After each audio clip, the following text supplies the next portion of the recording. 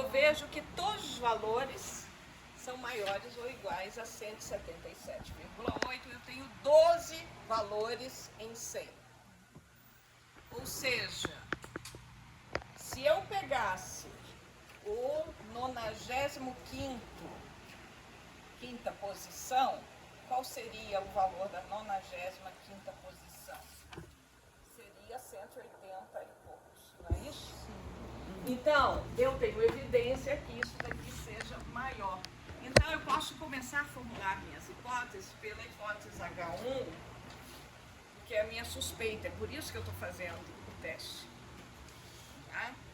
E aqui eu posso pôr igual, que foi o que foi dito, que estudos anteriores falaram que era igual a 177,8. Então, a gente sabe que aqui T, a minha estatística de teste, é binomial com N igual a 100, porque eu botei N indivíduos, e P igual a 0,95, que é o meu quantil, né? O percentil 95. Tem muitas exclamações aqui, não sei por porque eu não sabia se estava certo. Tá certo. Então, certo. Sem exclamações. E então, agora, para resolver esse problema, eu vou ter como critério de decisão estabelecer um alfa de 5%, e eu não vou usar a binomial, eu vou usar a aproximação normal. Por quê? Porque N igual a 100. Eu tenho um montão de observação, né? Então já vou aproximar. Minha tabela vai até 30, então vou aproximar pela normal. Então aqui ele aproximou. Vocês estão vendo que mesmo colocando as coisas, a hipótese formulada não foi correta, mas aqui a gente vai ver o que está sendo feito. Então,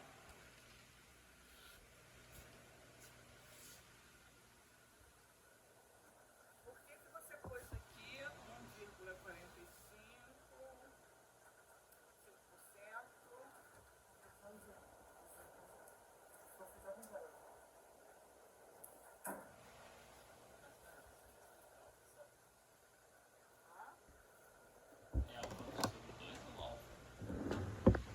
Se você mudar, quando ele fala que é só algo sobre 2 agora.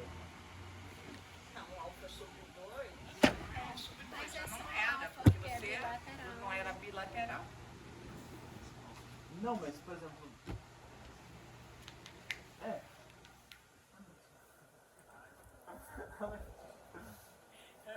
Eu escrevi isso, mas no final... Bom, vamos ver o que você está fazendo. 1, 2, 3, 4, 5, não é assim. Então, nós estamos aproximando, é uma normal, ok? E eu quero ver isso daqui, né? É o meu 0,95, que é o meu P, certo? Meu P é 0,95. Na verdade, eu estou fazendo um teste para o quantil, certo? Então, o quantil maior que 177. Então, eu estou pensando, se H0, vou fazer um teste do quantil. Eu vou falar que o meu quantil, isso daqui, H0, P igual a 0,95. Certo? E aqui, tem razão.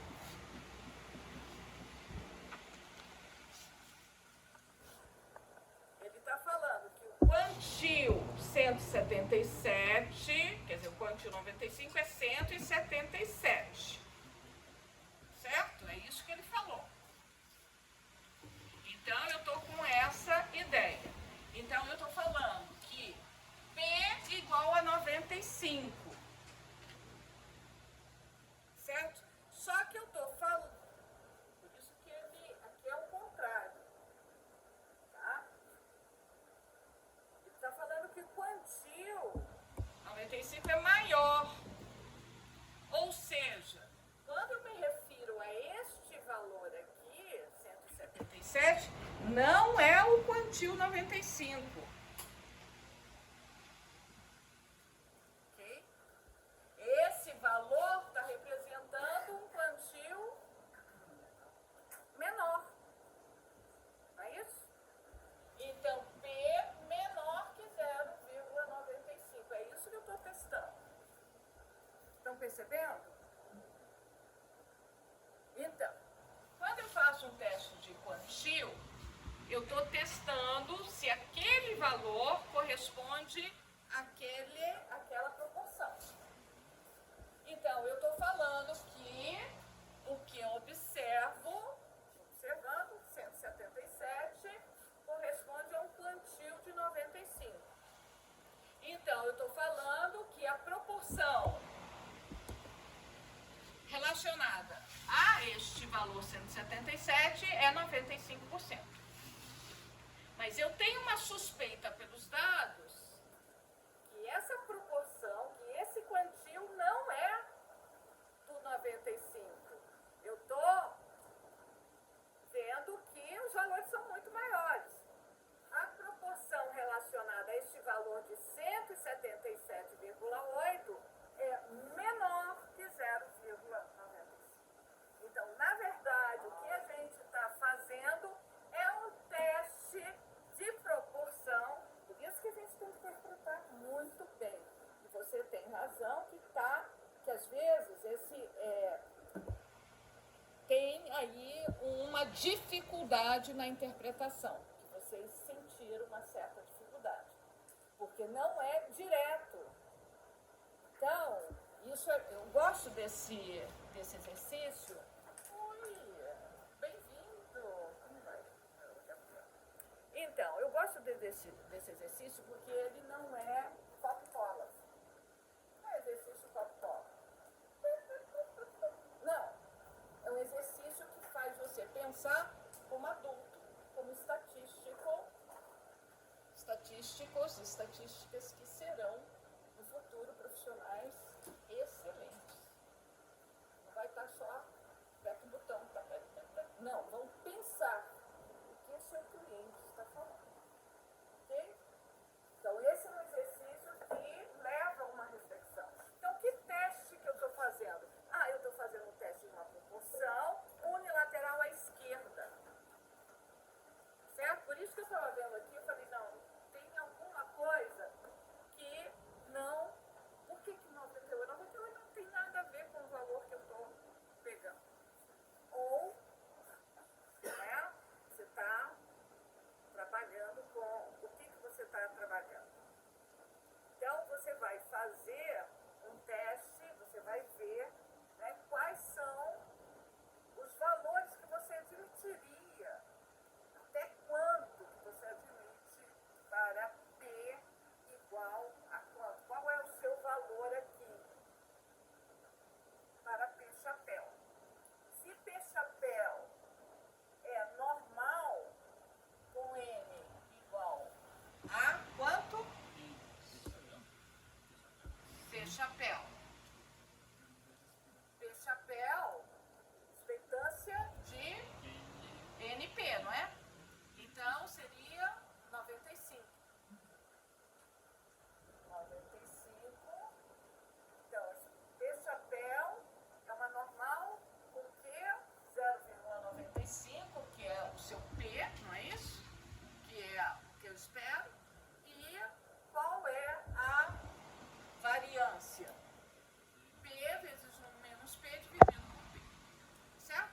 Então, eu vou fazer isso daqui, né, supondo isso daqui, 0,95 é o meu H0. Então, eu vou fazer um teste de uma proporção como vocês sabem fazer. Certo? Então, aqui, eu vou apagar aqui só para a gente não confundir.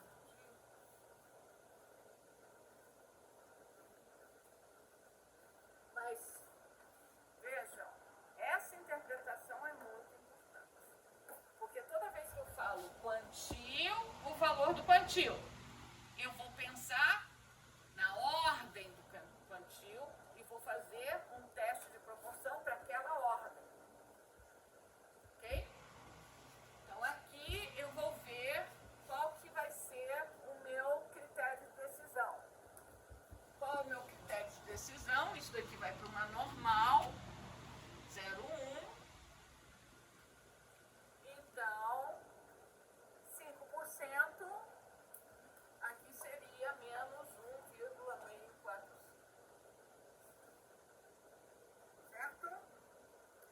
Então, qual é o valor que corresponde? Então, é a gente transformar P chapéu em Z. Não é isso? Então, V de P chapéu. Vai P chapéu menos P0. P0 menos P0. Ok? Então, eu não calculei aqui, mas o que a gente tem? Eu seleciono a amostra e vejo o quê? Que essa minha amostra me dá 177 e o P chapéu é 0,88, não é isso? Porque é o valor que corresponde a o que é o P chapéu. É a proporção de observações, é o número de observações em N menores ou iguais a 177,8. Certo? Essa é a minha proporção. O que é um quantil? É o número de observações menores ou iguais àquele valor estipulado. Então, eu vou ter o quê? O meu P chapéu vai ser 0,88. Qual que é o meu valor crítico? É o que a gente vai calcular agora. Qual é o valor crítico? Ou eu posso calcular o Z de P chapéu. Então, Z calculado é igual a 0,88 menos 0,95. Quanto é que dá isso?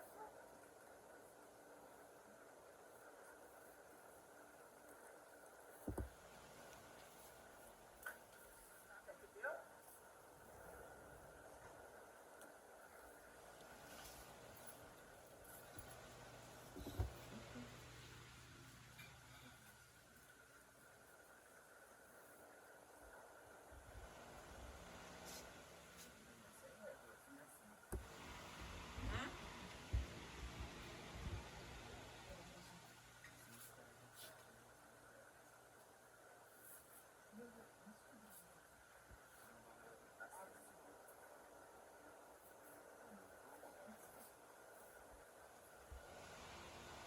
O meu deu menos 3,21.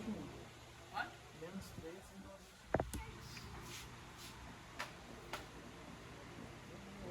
Menos 3,20. Tá? Tá bem pra cá, né? Então, qual é a conclusão? Você tinha rejeitado? Não, mas é tudo pouco também. Então, tá aqui o Z calculado. Então, como o Z calculado menor, então eu rejeito H0. O que quer dizer rejeitar H0? É que essa proporção, esse quantil não é 177,8. O quantil verdadeiro é maior que, é o que a gente viu, é maior que 177,8. Ok? Certo? Então, rejeitei a hipótese. Ok? Entenderam? Todo mundo, alguém tinha feito corretamente? Ninguém tinha feito corretamente? Professora, uma dúvida. O Conrad, ele não faz mudando para ser um teste de proporção. Ele faz pensando em valor. A ideia é a mesma, né? Na base, que eu percebi. Mas ele faz usando ainda a binomial e usando a ideia de você achar esse valor que eu achei, que é aproximado, que minúsculo aproximado lá, e comparar com tipo, a quantidade de valores que eles acertam na amostra. Então, por exemplo, esse 38, ele compararia com aquele 98 que foi calculado na aproximação normal lá que tinha Sim, cálculo. porque ele está construindo, né, qual seria o verdadeiro valor, né? Mas 98 é o quê? 98 é o quê? 88 seria a quantidade de números que foram menor do que um 77. Ele está vendo, né? Ele está... Na verdade, isso é bem no Conover mesmo, que ele vai para a binomial. Lá, você pode ler, ele vai para a binomial. Ele pode passar um passo, mas no fundo, Ele está fazendo isso aqui, É. tá? Então isso daqui, se você chegar nisso, aí você fica mais fácil para você compreender, tá? Esse daqui fica, às vezes, mais complexo. Como é que você vai encontrar um intervalo de confiança? Intervalo de confiança, agora você pode usar as aproximações do R e do S das posições, ok? Então você vai ver as posições e vai ver os valores que assumem aquelas posições, usando para isso as aproximações para normal. Pode Ok? resolver assim, né, prof? Eu Hã? fiz desse jeito aí. Usando as posições. Aí você acha o intervalo de confiança, você Isso. acha. O percentil 95 vai estar entre R e S. Vai Se estar o entre se- R e S. Se o 177 estiver embaixo do R, significa que sim, pode ir no H0. É também uma evidência.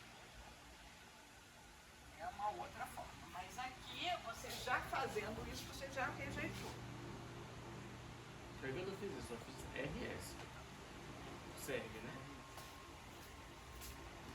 Porque a amostra é grande, então dá para usar a referência dele. Mas o que acontece é, isso é um intervalo de confiança,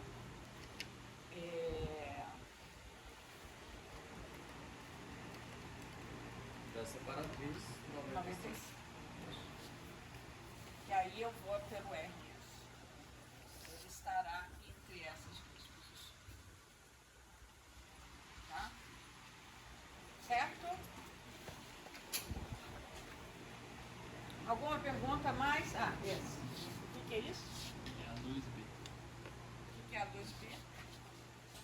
É de intervalo de confiança da mediana. Um nível de discrepância igual a 5%.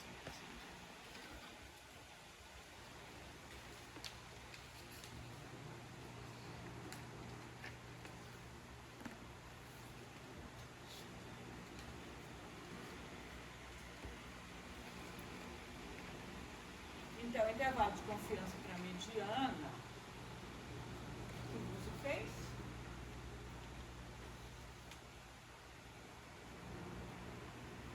Fala para testar a letra B, pede para testar pela binomial e a letra C pede para testar pela normal. Aí eu interpretei que a binomial seria todos os valores medianos, certo? Vai dar bem próximo, né, da normal. Dá Isso daqui, esse exercício a gente fez um semelhante em sala de aula. Que aqui não vai usar, a gente vai diretamente ver as posições, né? R e S, que a gente vê na tabela o R mais 1 e o S mais 1. Menos, né? O S menos 1 e o S, R menos 1 e S menos 1, e aí o R vai ser o R menos 1 mais 1 e o outro. Aí a quem ficou na dúvida que qual é o qual é a estatística que eu estou testando e qual que é o erro amostral. Quando eu fiz para normal, ficou mais evidente. o que seria o erro amostral. Mas o que eu estou testando então é o P de Y. Você está testando o quê? Você está testando. É um teste de um quantil. Ele vai fazer Mediana. um intervalo de confiança. Mediana, uma coisa é teste, outra coisa é intervalo. Tá? Está fazendo um teste para a mediana lá. Um teste para uma separatriz, ele vai se resumir num teste de uma proporção da ordem da separatriz. Certo? Então, esse é o teste. Quando eu falo teste de um quartil, eu vou ver se aquele valor que foi dito corresponde a que eu estou acumulando até aquele valor 25%. Então, eu estou testando uma proporção, na verdade. Muito boa pergunta. O intervalo de confiança é para a separatriz, que é diferente do intervalo de confiança para a proporção. O intervalo de confiança para a proporção é dado, usando a tabela binomial, é dado pela tabela 4 do Kono. Aqui eu estou falando que a mediana estará entre tal e tal valor. Então, eu estou construindo o intervalo de confiança usando as posições da binomial. Certo? Então, eu vou no meu conjunto de dados e vejo quais são as posições que, entre elas, delimitam aproximadamente 1 menos alfa. Perceberam? Então, quais são as posições, e eu estou falando 1 menos alfa, e estou vendo qual é a tabela que corresponde ao valor P da ordem da minha separatriz. Então, se eu estou falando da mediana, eu vou pegar a tabela binomial, onde P é igual a meio. Vou ver quais as posições, tá, que delimitam 1 menos alfa. Tendo o quê? Eu estou o quê? Pensando no meio, certo? Se o tamanho da amostra for 20, e é um exemplo, eu pego a binomial 20 e meio ou eu pego a 19,5? Que ela vai de 0 até 19. Não, a binomial, o parâmetro é qual? NP, o parâmetro é 20. P é 0,5. Percebeu? O que acontece na binomial, com parâmetro 20, eu vou ter quantas posições? Vou ter a posição 0, 1, 2, 3, até a posição 20. Uma coisa é o parâmetro da binomial, N. Ok? Não é N menos 1, é N. E de 0 até 20, eu tenho 21 posições. De 0 até 19, eu tenho Uma 19. coisa são as posições que eu vou andar dentro da binomial. Outra coisa é a minha separatriz. Por isso que eu estou trabalhando com R menos 1 e S menos 1. Para adequar essas posições. Certo? Certo? Porque eu estou adequando as posições. Não é, o parâmetro é N. Outra coisa são as posições. Não confundir. Então, eu vou escolher a tabela da binomial que eu vou olhar por NP. P é o quê? A ordem da separatriz. Tá claro isso? Sim. Professora, pra mim só não tá claro, porque, tipo assim, quando eu construo um intervalo pra aquilo, pra deixar até eu uso. Tipo assim, porque a pergunta na 1C, né, que é meio, tipo assim, eu tava fazendo a 1C do jeito que fez essa. Então a minha dúvida é, por que que, nesse caso, que também há uma proporção, não, né, não, no caso é só uma posição da mediana. É isso que, tipo, não tá claro, porque, tipo assim, por que que aqui o intervalo de confiança é baseado na posição? Sim, E ali porque não. aqui é uma boa pergunta. Se os dois são Todo mundo. binomial. Não. Isso é muito boa pergunta, mas eu vou tentar esclarecer, porque é muito boa a sua pergunta. E é a dúvida que muitos não fizeram e vão passar essa dúvida, porque não conseguiram formular, a pergunta. Vamos ver a tabela. Deixa eu ver se eu consigo. Liga aqui para mim. Vou tentar pôr aqui a tabela do cômodo da binomial.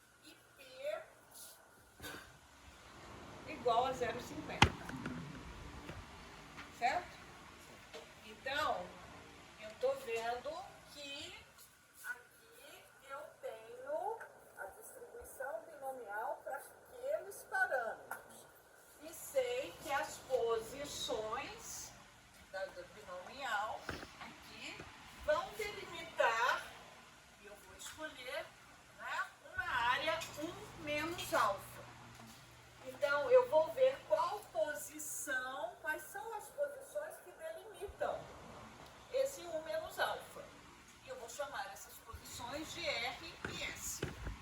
Ok? É um menos alfa ou um menos alfa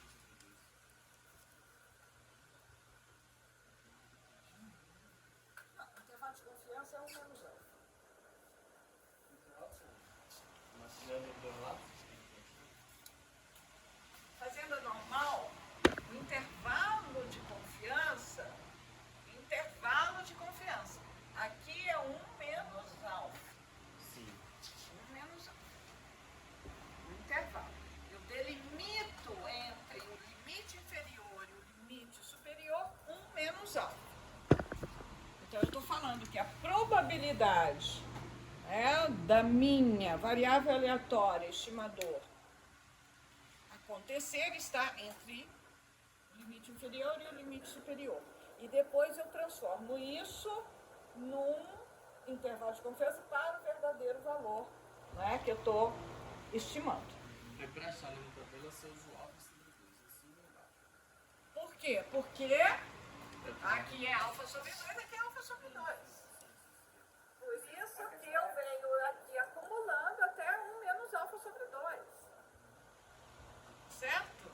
Porque aqui para cima é alfa sobre 2. Então, não confundam. Aqui a área entre os dois valores tem que ser 1 menos alfa, que é a minha confiança. O nível de confiança, isso é desde método Zoom. Não mudou nada. A gente está aqui buscando a adaptação da binomial porque ela é discreta. Simplesmente isso. Ok? Ponto. Então, o que acontece? A binomial, isso é muito importante porque nessa disciplina nós vamos trabalhar muito com posição da observação. Então, se eu tenho uma amostra de 20 elementos,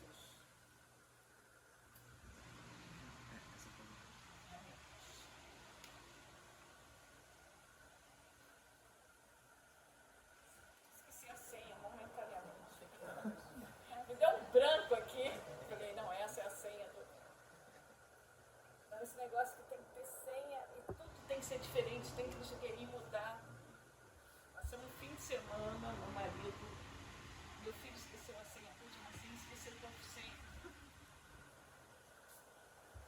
Bom, de qualquer maneira, voltando aqui, então eu tenho as posições. Veja que a binomial começa com 0, mas eu começo, tenho 20 valores. O último sempre é 1. Então, eu vou buscar, e a gente tem essa regrinha das posições, e eu vou ter meu conjunto de dados, e o valor do quantio é um valor observado no meu conjunto de dados.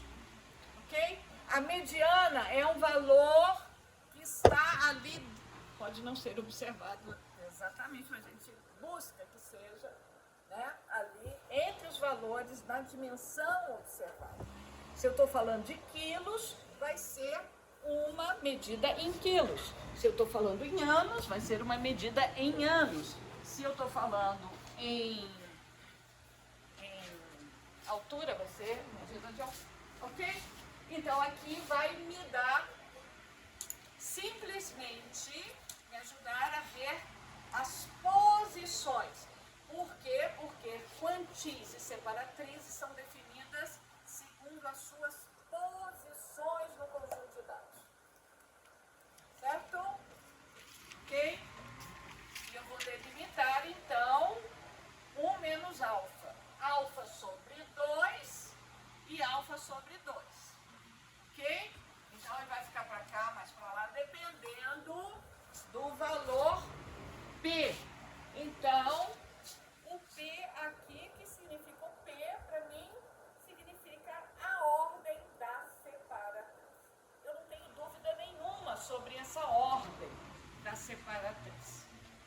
Então, se eu estou falando de mediana separatriz, então a ordem é 50. Se eu estou falando de terceiro quartil, a ordem é 75. Então, não tive dúvida nenhuma quanto ao valor P. Então, eu estou fazendo um intervalo de confiança para a separatriz. A separatriz já tem associada a ela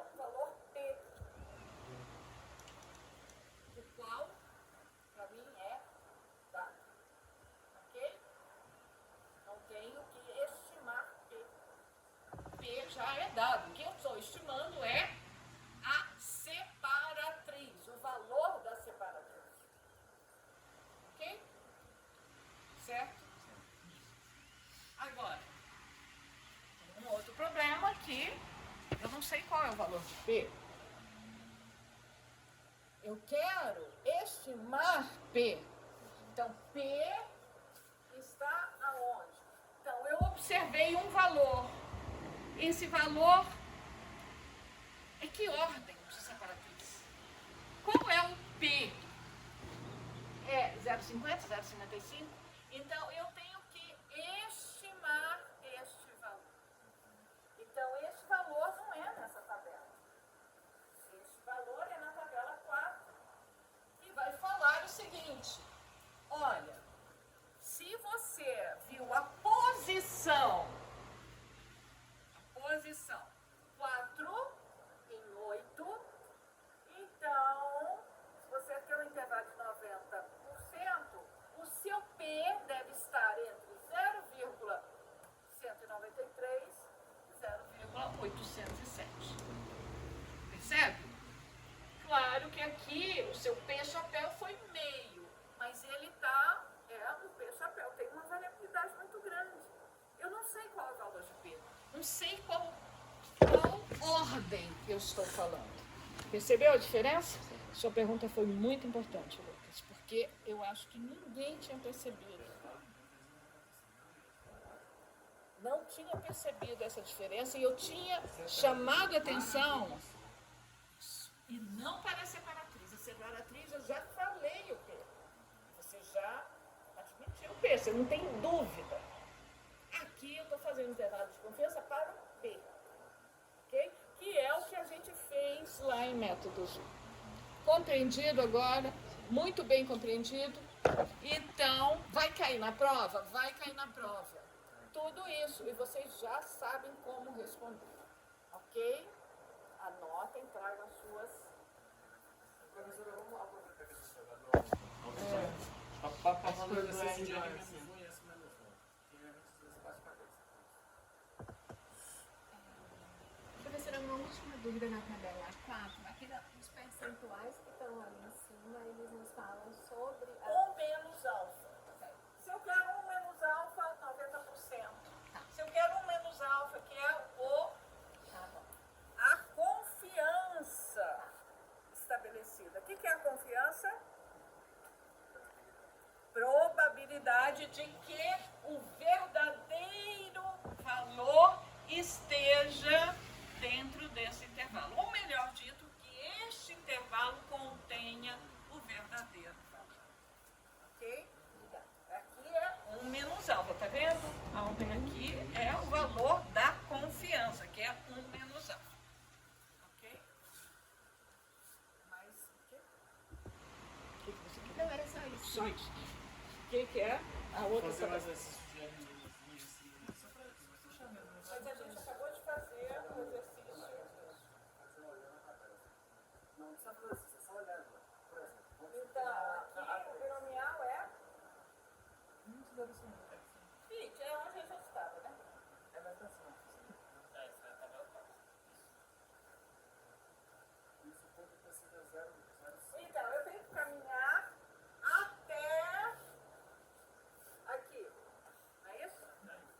Sei, caminhei. Porque aqui já superou alfa sobre 2. Tem que ser alfa sobre 2. Se é 95, então é 2,5. Se alfa, 1 menos alfa é 95%. Se for 90%, então eu caminho mais. Não, já superou também 5%. Tá vendo? Então aí R menos 1 é 5 e R é 5. Ou desculpa, R menos 1 é o elemento 5 e o R é o elemento 6. Claro. Então, eu marco aqui. E aí eu caminho de novo. Tá? E aí eu tenho que incluir, eu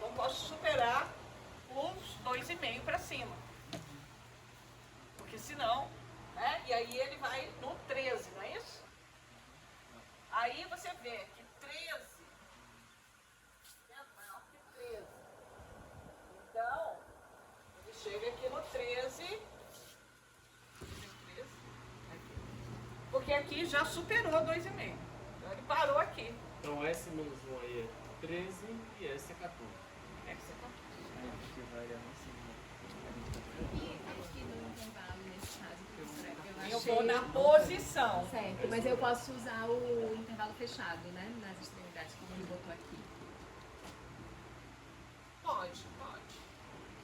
Porque a partir dali você já tem a sua.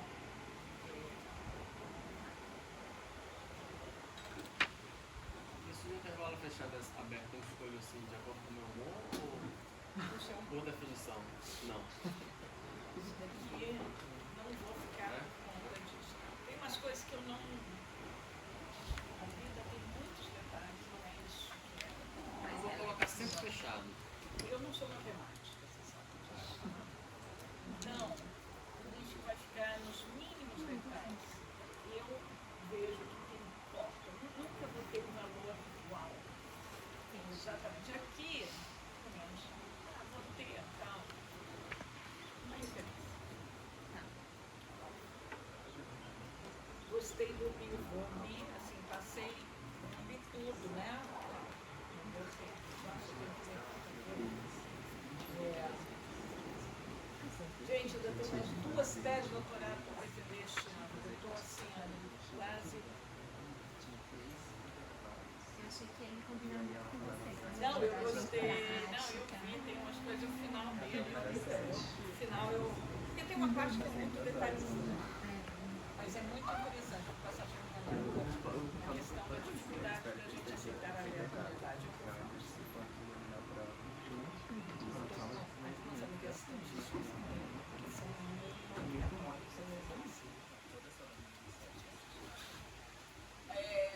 Ok? Então vamos continuar com o Komogorov. Então estão bem preparados. Dúvida, Davi? Arthur? Uma dúvida. Eu não quero ver você no próximo semestre nesta disciplina, porque eu não vou ver ninguém nesta disciplina no próximo semestre. Simplesmente porque eu não vou ministrar nesta disciplina no próximo semestre, mas quero ver vocês em outras situações. E tudo que eu puder fazer para aprová-los, principalmente aqueles que estão vindo à aula, que eu estou dando presença. Se vocês não justificarem, eu darei ausência. E tem alguns que estão desaparecidos, já mandei, já pedi, entrou em contato com os desaparecidos. Então, eu vou pedir para a secretaria entrar em contato. Eles já estão praticamente reprovados na SR. Quem não tiver um mínimo de presença não poderá vir fazer prova, a não ser se tiver uma justificativa para as ausências.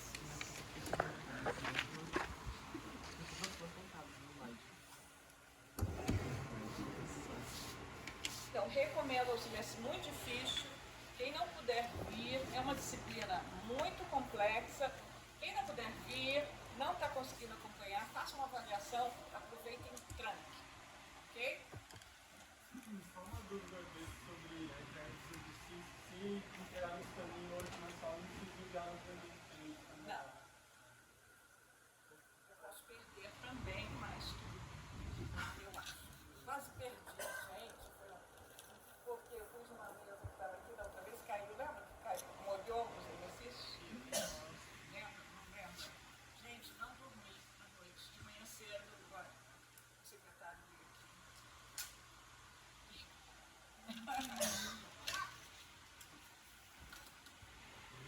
Então, nós vimos o teste de Kolmogorov para goodness of fit, bondade do ajustamento. Também a gente traduz assim, bondade ou adequabilidade do ajustamento.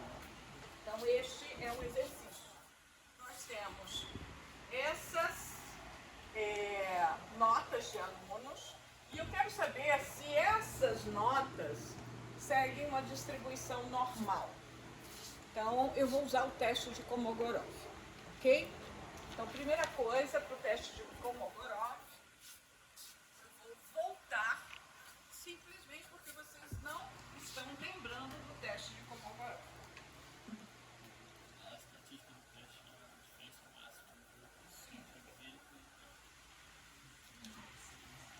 o teste de Kolmogorov,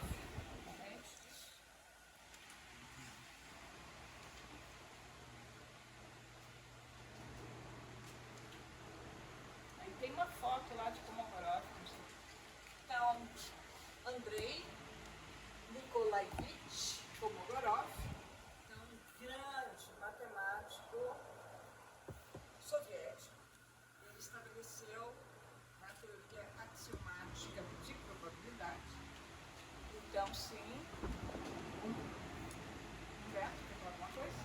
Então, vocês vão ouvir muito sobre Kolmogorov.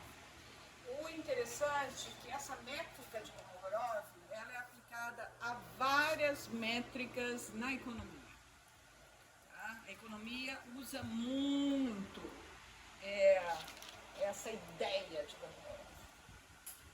Então, orientei um doutorado que estava trabalhando com uma métrica econômica. Eu falei, mas essa é a métrica de Kolmogorov. Kolmogorov, baseado em Kolmogorov. Então, para vocês verem que essa é uma métrica muito interessante, usada até hoje na avaliação de políticas, né? Não somente a questão da decorabilidade. Então, a decorabilidade de ajustamento é o seguinte: eu quero saber se uma função de distribuição, o que é uma função de distribuição, Humberto? O que é uma função de distribuição, Bernardo?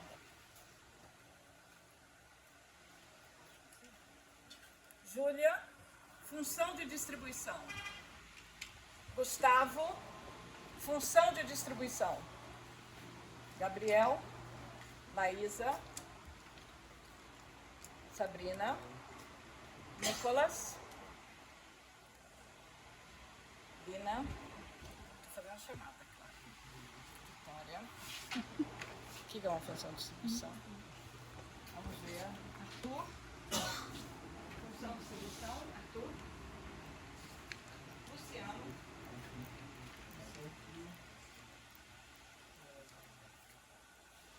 Explica a probabilidade das acumuladas. Função de distribuição da variável aleatória x é o quê? É a probabilidade acumulada, ou seja, é a probabilidade de x ser menor ou igual a um valor xzinho qualquer. Então, função de distribuição da variável aleatória x no ponto x é a probabilidade da variável aleatória x ser menor ou igual ao valor x. Isso é uma função de distribuição. Por que eu quero saber de uma função de distribuição? Qual é a vantagem, Alden? Prever, o que mais? O que faz a função de distribuição de uma variável aleatória? Ela descreve como acontece aquela variável aleatória, pela função de distribuição. Então, eu tenho a função de densidade de uma variável aleatória. O que é uma função de densidade de probabilidade de uma variável aleatória? É uma função que se a probabilidade daquele x, por exemplo, mas a função com seus valores, você vai da resultados amostral com probabilidades. É a função que associa probabilidades à ocorrência de valores de um espaço amostral. A função de densidade de probabilidade é descreve uma variável aleatória contínua, ok? Por isso que é de densidade de probabilidade. Porque numa variável aleatória contínua, eu não tenho a probabilidade no ponto. O ponto é adimensional, ok? Enquanto uma variável aleatória discreta, sim, eu tenho o quê? Eu tenho não uma função de densidade, mas eu tenho uma função de probabilidade. As duas, tanto discreta como contínua, eu tenho uma função de distribuição que é a probabilidade acumulada até aqui. A tabela da binomial que acabamos de ver é a função de distribuição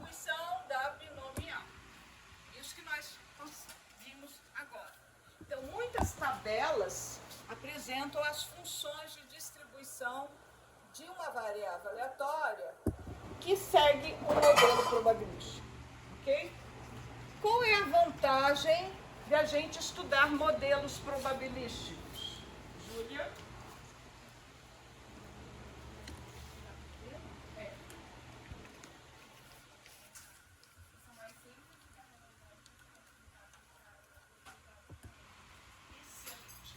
Então, você tem os modelos, você consegue de maneira, né?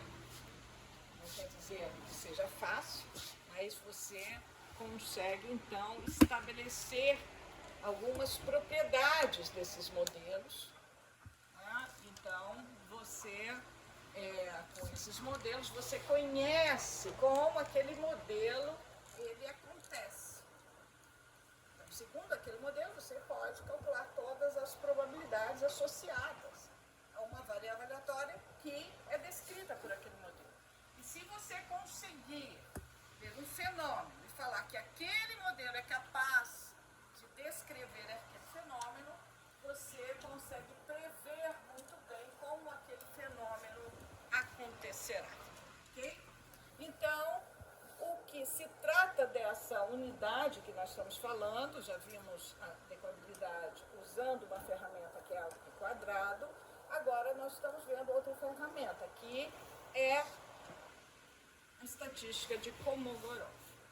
Então, você também tem uma função de distribuição que você não conhece, que é a que é aquela que descreve o seu fenômeno, e você vai falar que essa função de distribuição é igual ou pode ser, né, assimilada, ou eu vou pegar uma conhecida e falar essa função de distribuição conhecida descreve, pode ser, né, igualada à que eu não conheço. Ou seja, a que eu não conheço é igual àquela que eu estou formulando. Isso é um teste. Eu não conheço e estou assumindo o modelo probabilístico como sendo a verdade. Como sendo a verdade. Mas eu não sei. Então, quando gera dúvidas, o que eu faço? Teste. E eu vou fazer, então, a nossa métrica de Kolmogorov. Então, para usar a métrica de Kolmogorov, que compara a função de distribuição com o que eu observo, eu vou usar, né, para ser comparável, eu vou usar a função de distribuição empírica. O que é a função de distribuição empírica? Nada mais é do que a frequência acumulada. Alguém lembra da frequência acumulada? Exploratória, vai acumulando. Então, você tem uma variável, no mínimo ordinal, você põe em ordem e vai acumulando até aquele valor. Quantos valores foram observados até aquele valor específico? Ok? Então, frequência acumulada relativa. Ok? Sim? Então, o teste de Kolmogorov vai ter como hipóteses uma formulação feita sobre F. Lembrando que S, que é a nossa distribuição empírica, não entra na formulação das hipóteses. Por quê? Porque a gente faz hipótese sobre o desconhecido e não sobre aquilo que a gente observa. Muito bem. Parabéns. Então, aqui eu tenho uma função de distribuição que descreve x, que eu não conheço, e eu estou atribuindo a essa função um modelo probabilístico, f0. Falando que f de x é igual a f0. Aqui um teste bilateral quer dizer que, então, que é diferente, mas eu posso formular também no teste de Kolmogorov, eu posso fazer formulações unilaterais, maior ou menor.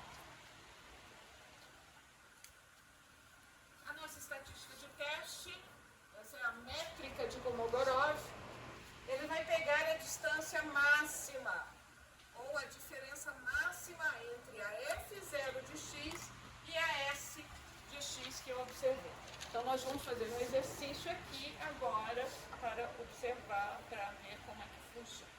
Então, aqui, se o teste é bilateral, eu vou pegar essa diferença em módulo. Se é unilateral à direita, eu vou pegar f de 0 de x sobre s de x. Se é à esquerda, eu vou pegar s de x menos f0 de x. Uma é maior que a outra. Eu sempre vou pegar o valor positivo. Quando eu fizer t+, eu tenho uma pequena observação. A minha diferença vai ser em relação ao iésimo valor. Vou ter não vai ser no mesmo i, vai ser i menos, ok? Por quê? Porque a gente vai até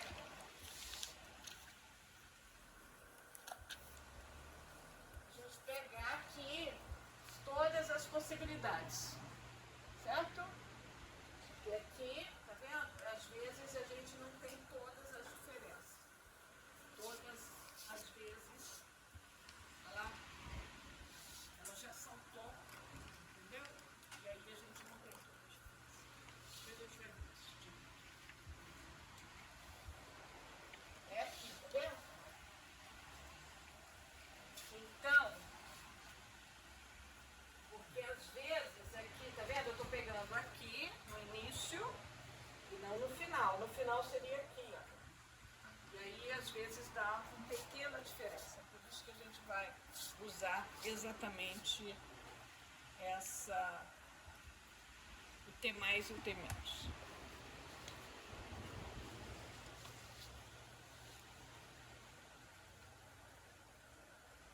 Então, como é que eu vou fazer meu critério de decisão? Eu vou ver como se comporta essa estatística de teste. Então, Kolmogorov descreveu essa estatística de teste e propôs os quantis. Nós vamos ver na tabela A13 do Como. Todos os quantis para amostras de n menor ou igual a 40. E temos aproximação para n maior que 40. Então, se você quiser um quantil de 80%, quantil de 90%, quantil, etc, etc. Ok? A gente vai ver a tabela. Vocês querem ver a tabela? Sim. Não? Sim. A tabela estava aberta. Será que está aberta ainda?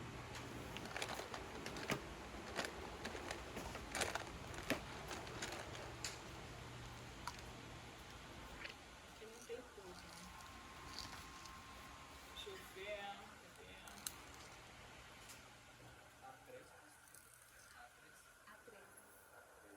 Passou?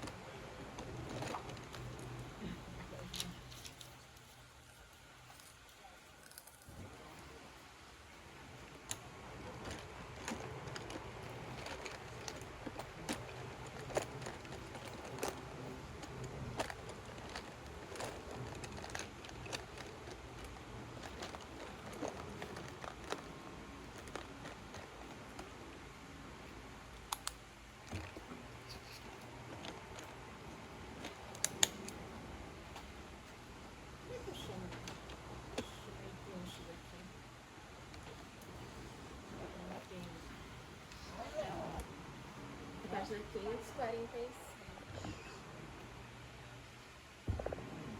47? 547. Então, aqui.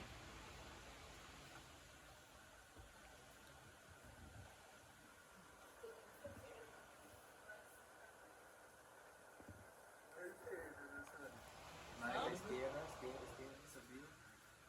Ai, sabia? Eu lembrei. Então, aqui, tá vendo? Os quantis de Kolmogorov aqui, se você vai usar teste unilateral, bilateral, são os mesmos quantis, né? Funcionam para esses valores. Ok? Então, de N até 20, 21 a 40.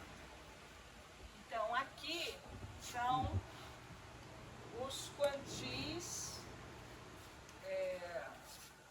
de Kolmogorov, quer dizer o seguinte, que esses são os valores limite críticos. Tá? Se for acima desse valor, rejeita a hipótese H0. Então, aqui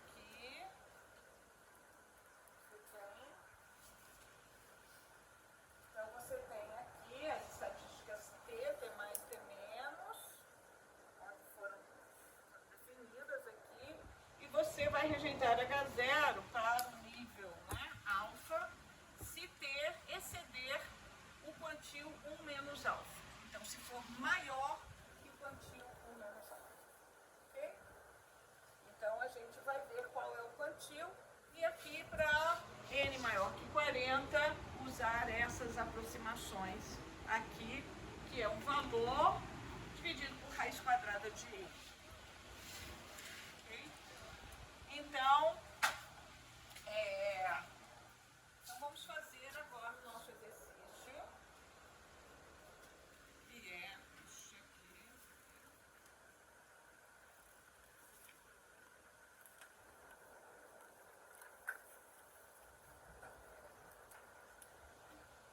Então, nós vamos pegar, a primeira coisa que nós temos que fazer é o quê?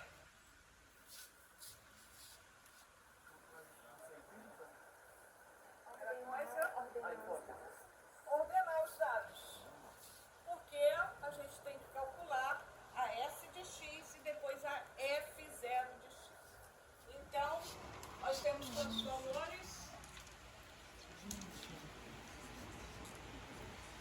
Tem 20 valores. Mas dá pra... Professora, não vai fazer por faixa? Não vai ser tão bom, né? Por isso que não, quando pequenas amostras, não vou explicar por quadrado, né? Amostras pequenas, não que quadrado. Certo? Pequenas amostras, vou escolher outros testes de adequabilidade. Então, vamos ver. O Kolmogorov, ele pode ser aplicado para qualquer modelo probabilístico. Certo? Ele é muito aplicado para normal, exponencial e outros modelos. Então, vamos ver. O primeiro valor é 211. 2, 1, 1, 2. o 2.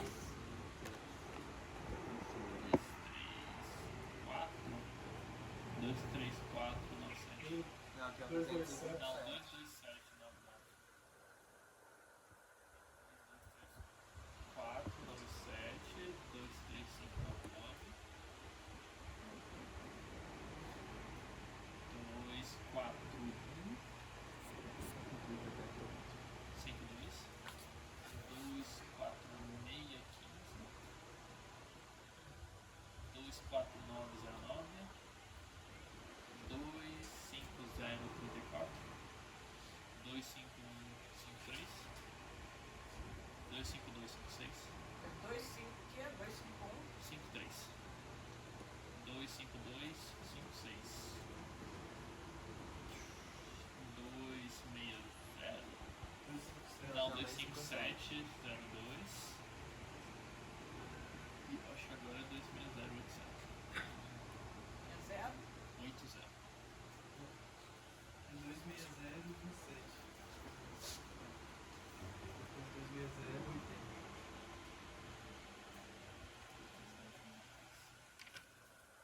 2, 6, 3.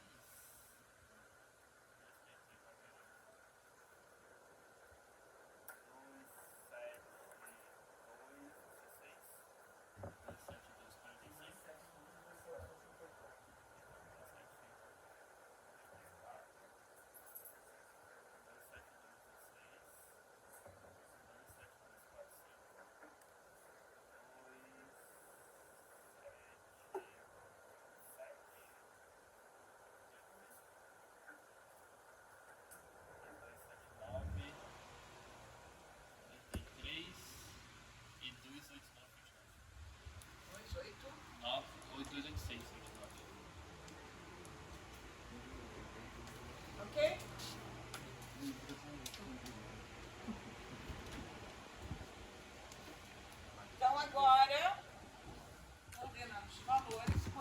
calcular S de X. Como é que é S de X? Esse NX sobre Então, S de X aqui vai ser posição, né? Dividido por N. Quantos valores eu tenho menores ou iguais àquele valor? Certo? Nenhum deles se repete. Alguém se repete? Não. Então ficou fácil aqui. 1 20 avos, 2 20 avos, 3 20 avos.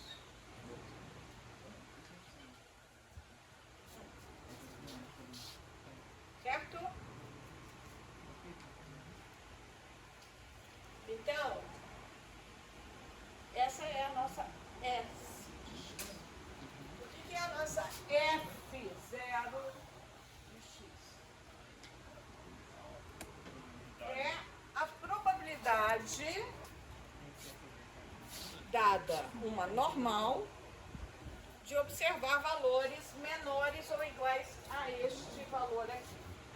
Então, eu tenho que ir na normal. Vejam, qual é a normal? Eu estou falando, eu não pus H0 aqui, mas eu estou testando a hipótese de que f de x é normal. Qual normal? 2, 250, 20. Ok? Isso que eu estou testando. H1, f de x não é normal. Não é essa normal. Certo? Então, essas são as minhas hipóteses que eu estou testando. Então, se eu vou usar um teste de Kolmogorov, eu vou comparar S de x com F0 de x. O que é F0 de x? Então, eu vou F0 de quanto? Primeiro valor? 211,62. O que é isso? É a probabilidade de x ser menor ou igual a 211,62, dado que x é normal, com média 250 e desvio padrão 20. Ok? Entenderam? Então vamos calcular agora. Qual é essa probabilidade? Então, como é que eu calculo uma probabilidade assim? É a probabilidade de Z ser menor ou igual a 211,62 menos 250 dividido por 20.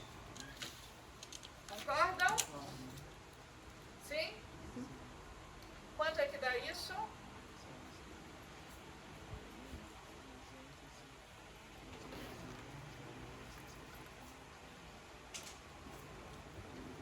Prepare-se, porque tudo isso vai cair na prova. Menos 1,919. Tá? Menos 1. Probabilidade de Z ser menor ou igual a menos 1, 9. Não, calma. Tirou 1. Aí 9 e 1, 9. Só que sem o primeiro 1, professora. Depois dá um 0? Não. Foi mal. menos 1,919.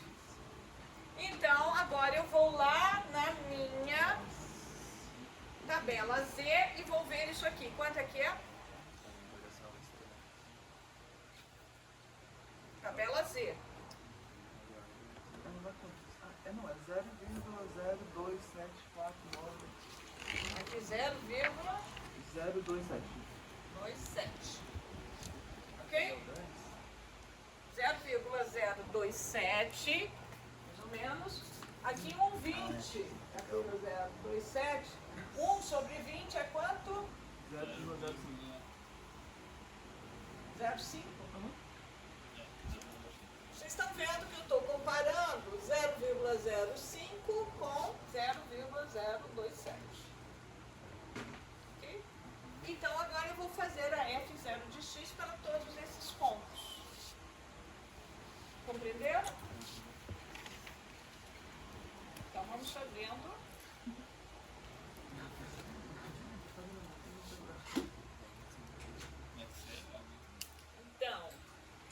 claro que isso vai cair na prova.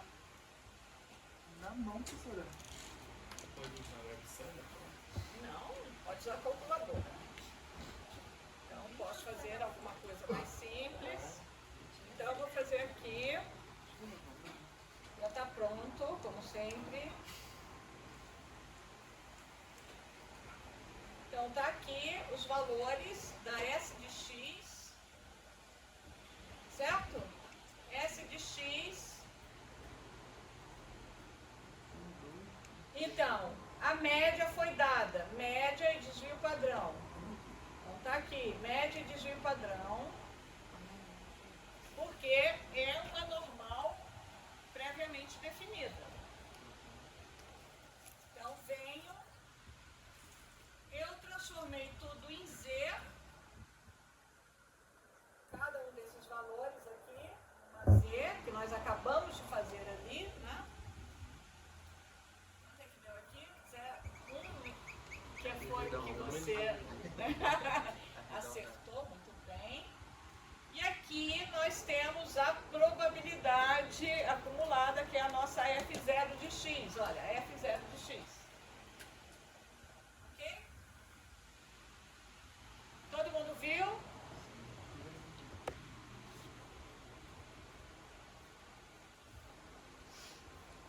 Agora, vamos calcular as duas estatísticas, T mais e T menos, que é a diferença. T mais, vejam, é a diferença entre F0 de X e o S de X anterior. É o T mais. Então, aqui não tem nada anterior, aqui é esse menos o anterior. Certo? Então, T mais é o F0 de X menos o S de X anterior, na posição anterior. O T menos é o S de X menos o F0 de X na mesma posição. Então, eu vou ver as duas. Tanto com uma, como é que a gente fala? Gap, como é que eu falo? Defasagem. Com uma defasagem.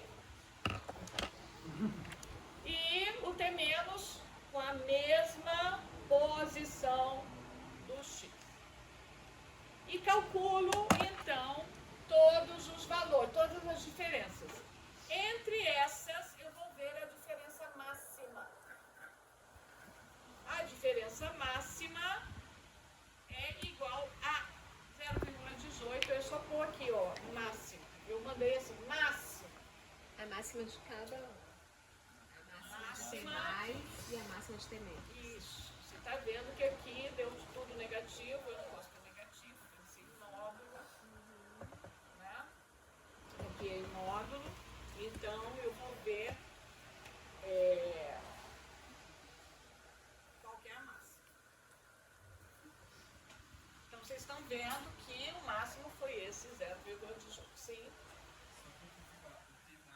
É o F0 de X menos o S anterior. Isso. E o T menos é o S menos o F de X na mesma hora. Excelente. Aí, eu vou lá na tabela do Kolmogorov. Kolmogorov, tabela, cadê a tabela?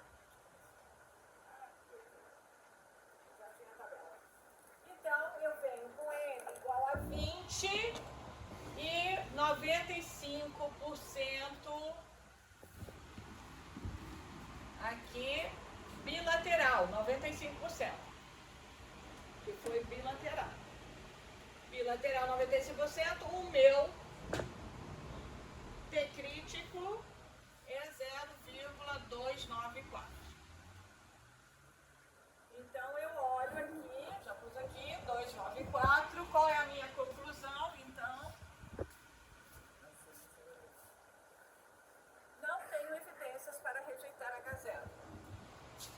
Ufa, eu queria, sempre quando a gente faz esse teste de normalidade, muitas vezes a gente quer que seja normal, né? Facilita a nossa vida. E se não for normal, se eu rejeitar ponto, agora eu já sei como calcular as probabilidades, etc. Então, nem sempre eu quero rejeitar, eu quero confirmar a hipótese número. Ok? Compreenderam? Professora, Foi fácil? não, tá. Professora, tipo, os testes que a gente viu agora, tanto da binomial, do quadrado e do Kolmogorov, né? A gente sempre tem a variância conhecida. Mas e aí, como que é na realidade? Variância conhecida? Como assim? A gente sempre tem os parâmetros definidos, né? A gente está testando com esses valores, né? Eita! Então, voltamos ali, vamos ver. Então, Então, o problema aqui é que o teste clássico de Kolmogorov, da tabela A13, tem os quantis, é o teste clássico de Kolmogorov, onde eu tenho a especificação da minha função de distribuição zero, né? A hipótese nula. Eu tenho que tê-la totalmente especificada para usar os quantis da tabela A13. Então, Kolmogorov, ele diz, se for uma normal com esses parâmetros, então eu não tenho que estimar parâmetros. Mas na vida real, a gente sabe muito bem os parâmetros. Então, muitas vezes a gente fala, é uma normal, mas sem parâmetros. E aí, eu vou ter que estimar como estimamos, não é? Quando a gente estima parâmetros, fazer um teste que quadrado, a gente perde graus de liberdade do número de parâmetros estimados. Aqui, na normal, por exemplo, ou em outra distribuição, eu quero usar um teste de Kolmogorov e eu tenho que estimar parâmetros. Então, não posso usar este teste de Kolmogorov, usar estes quantis de Kolmogorov. Então, tem vários outros testes tipo Kolmogorov. Sua pergunta foi essa? Então, são testes tipo Kolmogorov, que são as chamadas variantes de Kolmogorov propostos por outros. O mais famoso deles é o que a gente vai trabalhar, né? É o teste de Lilliefors. Então, Lilliefors trabalhou muito com a métrica de Kolmogorov, mas considerando a não especificidade da função de distribuição na hipótese nula. Então, é uma normal qualquer, é uma exponencial qualquer, e ele propôs, né, quantis, ele estudou a estatística de teste quando você não tem a especificação dos parâmetros. Qual vai ser a estatística de teste? E ele propôs novos quantis, ele chegou a uma distribuição exata para teste de normalidade e teste de uma exponencial. Então, qual é o propósito do teste de Lilliefors? O teste de Lilliefors é a mesma coisa. Em vez de você usar a F0 de x para uma normal previamente definida, você vai estimar x barra e o valor do desvio padrão e calcular os z's com base nessa estimação. Ok? Nós calculamos os z's com base no que foi atribuído anteriormente. Agora não, a gente vai calcular os valores de z com base no x barra e s da amostra, os valores amostrais. E vamos fazer o teste Fora isso, o teste vai ser o mesmo, uma tabela diferente. com a tabela diferente. Então, aqui você tem o teste para normalidade, vai ser a mesma coisa, igualzinho. Nós vamos considerar T mais e T menos. E os quantis do teste de Lilliefors estão na tabela 14, para normalidade e com aproximação para N maior que 30. Tá? Sabe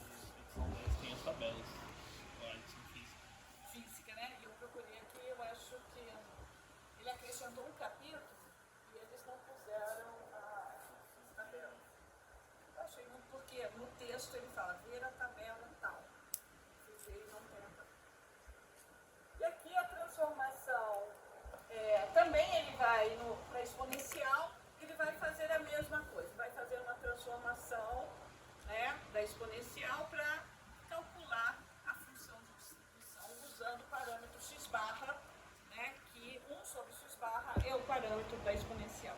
Vocês sabem disso, né? Etc, etc, etc. E nós temos outros testes, tipo Kolmogorov, também para distribuição gama com parâmetros desconhecidos. E todos esses testes eles podem ser calculados no R usando o pacote GoffTest, que nós vamos usar nas atividades próximas. Inclusive a atividade de desafio, que vai ser muito desafiante. Professora, só assim, mas aí o GoffTest, ele na hora que descobre lá, também ele tem que usar e ele usa. Eu não preciso especificar, tipo, eu acho que é o anormal. Precisa, claro. É que eu achei que ele já Não, automaticamente. lembrar que o computador é burro. Aham. Ele faz aquilo que você. Se você não falar, ele vai falar o que está como default dele. Se o default é o que te interessa, ótimo. Se não, você está.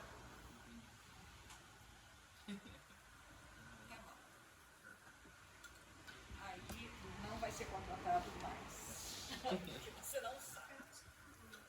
Então, Se você fizer um teste de Lilifol e achar uma determinada normal para fazer esse teste, significa que aquela será a normal que melhor vai... não, você só vai falar que ela é normal. Não, eu digo, mas se você depois testasse várias normais no teste de Kolmogorov, aquela que você achou seria a melhor, provavelmente, pelo teste de Kolmogorov ou não?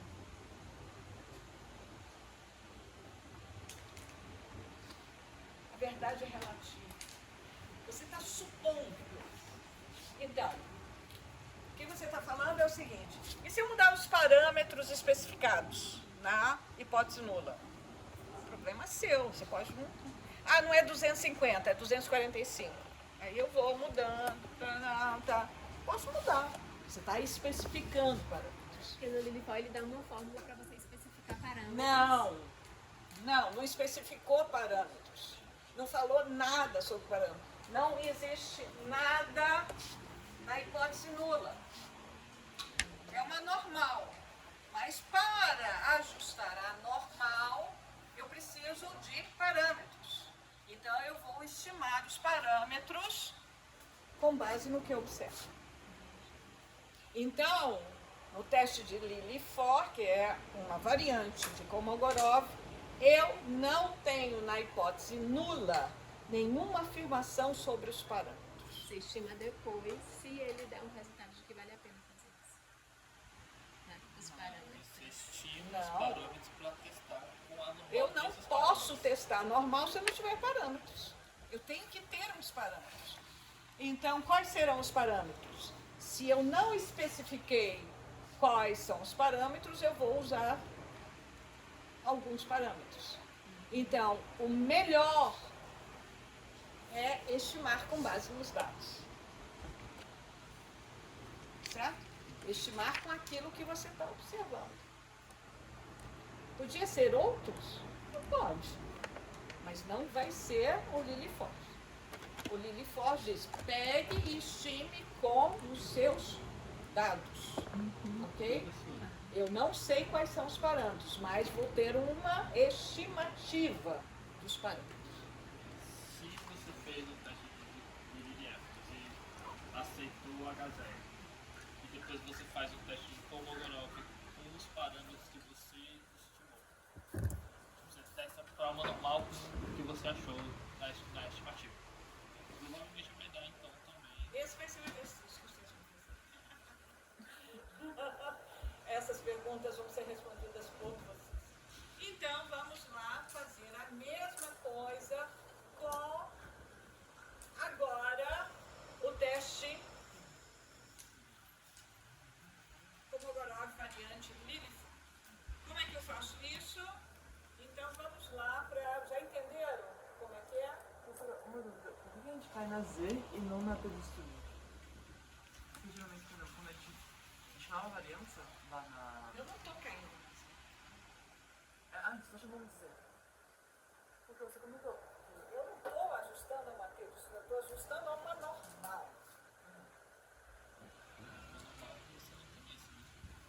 nível X é normal. O que é TADE Students? É uma transformação de uma variável aleatória X. Não é isso que eu estou falando. Não entendi.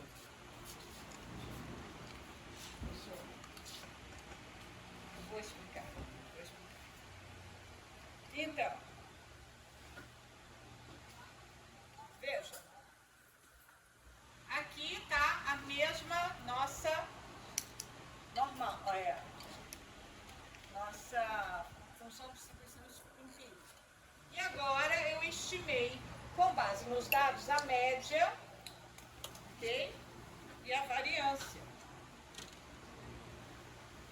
Estão vendo que é um pouquinho diferente do que foi atribuído anteriormente. O que eu posso até fazer um teste para ver se não é tão diferente do 250 e tal, se eu quisesse. Ok? Mas eu não conheço qual é. E agora estimei. Então, vou usar esses valores para calcular a minha função de distribuição empírica. Então, para calcular a função de distribuição empírica, que é a função de distribuição devido ao modelo normal, eu tenho que é f0 de x, eu pego o valor da normal padrão, que é mais fácil para olhar na tabela, por isso que eu pego, transformo em z, para olhar na tabela. Mas aqui eu posso ir direto, se eu tenho uma função aqui que calcula diretamente, nem precisava dizer. Tá? Então aqui eu calculei f0 de x com base na normal com os parâmetros estimados com os dados amostrais. E aí eu faço a mesma coisa. Calculei f0. A única diferença é essa. Calculo T mais e T menos. E agora vou ver qual é o valor máximo. O valor máximo deu 0,10.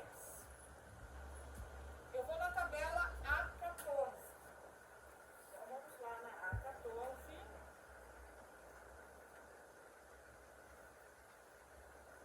A14.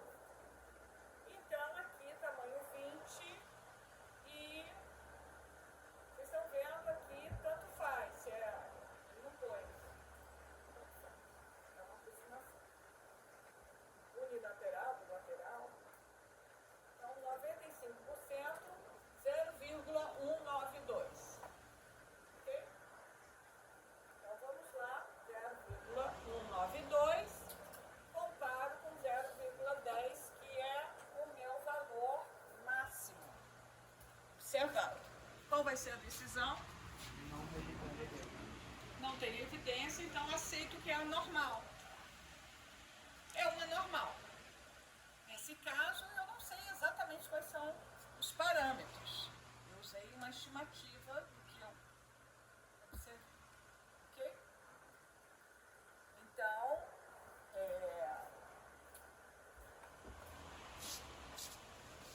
para isso no R é muito fácil. Né? Você vai usar aquela biblioteca e é uma linha de programação simples. Tá? Depois a gente pode ver isso. Compreenderam?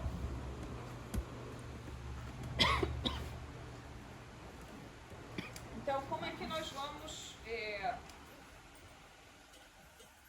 Aqui a gente vai ter algumas atividades com base nos dados, que vocês vão, com os dados das amostras, né, que vocês estão trabalhando, então vamos analisar a distribuição das notas, se aproxima uma normalidade, e vocês vão ver, né, tomar uma decisão ali. Vai ter um outro exercício, que é desafio, que vai ser vai demorar mais, individual.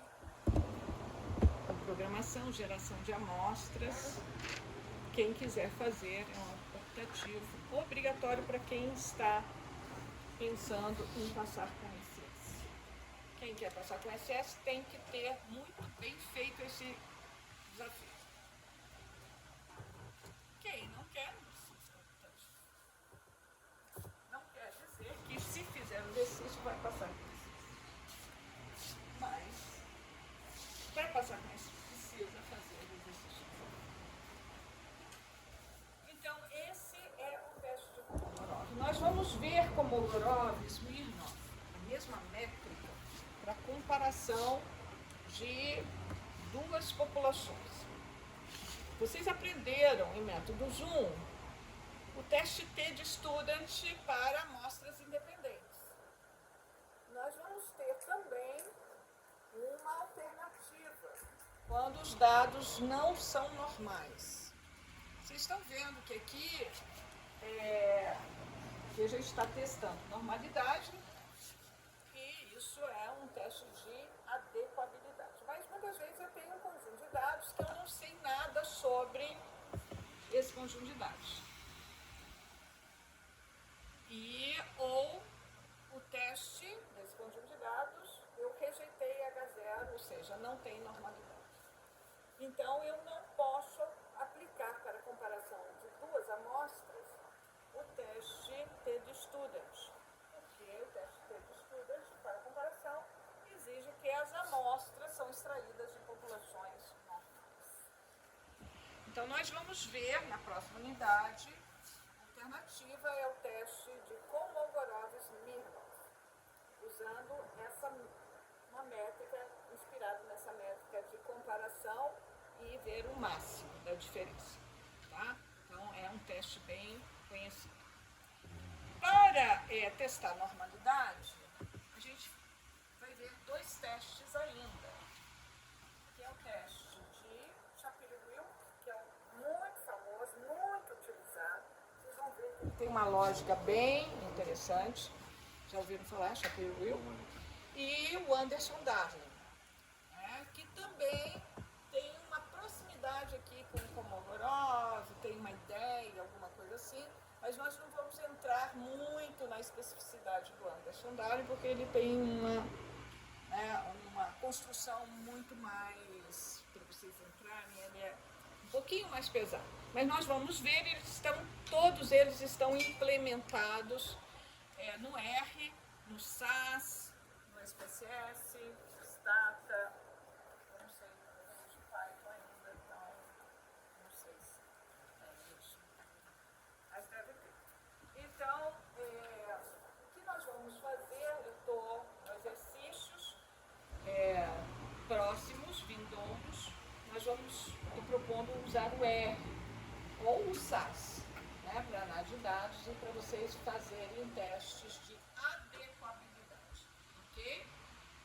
Então, nós temos aí um feriado, eu disse que estava para sexta-feira, porque nós temos um feriado, deixei para segunda-feira, mas mesmo assim vocês têm a lista de exercício de Q quadrado para fazer, a binomial já fizemos hoje, deixei para entregar virtualmente hoje à noite, ou colocar no meu escaninho até amanhã.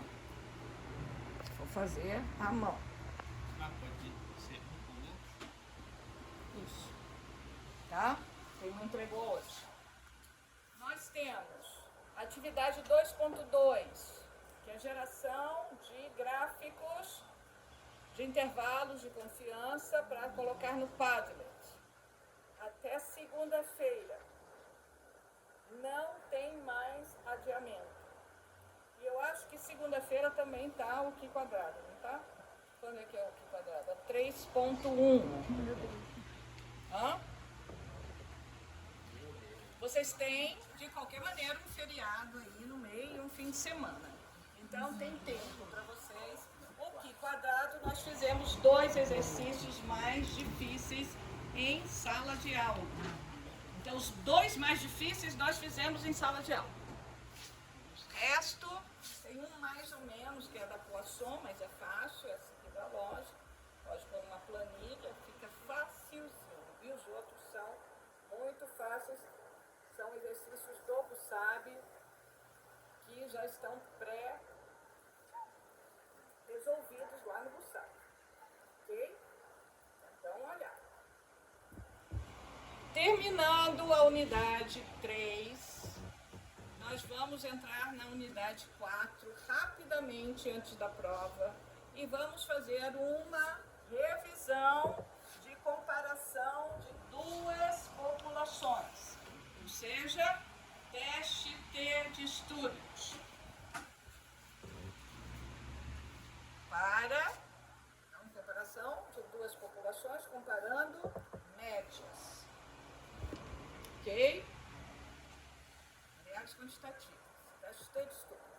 Então, nós vamos ter na prova, que acontecerá dia 11 do 12, nós vamos ter até aí, incluindo a revisão que fizemos, tudo isso. Então tem um bom material. E continuaremos no próximo ano com comparação de duas populações, variáveis independentes, e vamos ver o teste para comparação de duas populações, teste de Kolmogorov, Mann-Whitney, Kramer-Vomisis. Depois, nós vamos ver também amostras correlacionadas, normais. Nós tivemos o T de Student para amostras correlacionadas, é muito fácil. Esse também pode cair na prova, que a gente já viu, vou dar uma revisada. Ok? E para amostras correlacionadas, nós vamos ver testes alternativos quando a gente não tem normalidade nos dados. Teste dos sinais e teste de postos sinalizados de Wilcoxon. Ok? Depois, nós vamos comparar 3 ou mais populações. Amostras independentes. Nós vamos ver análise de variância.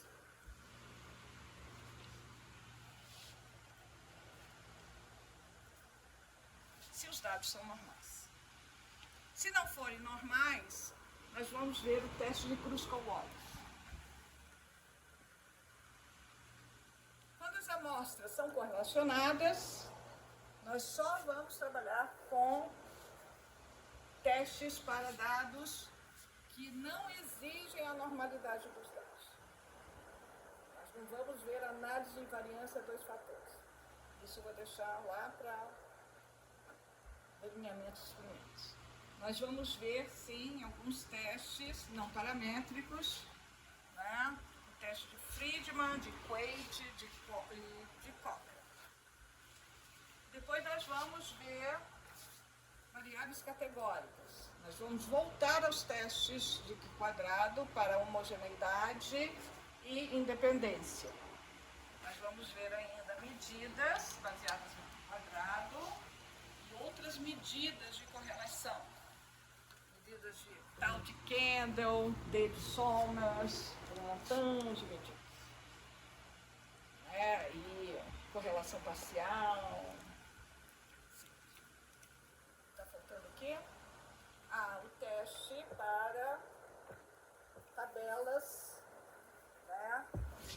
E aí a gente vai ver quando as amostras são correlacionadas, McNamee.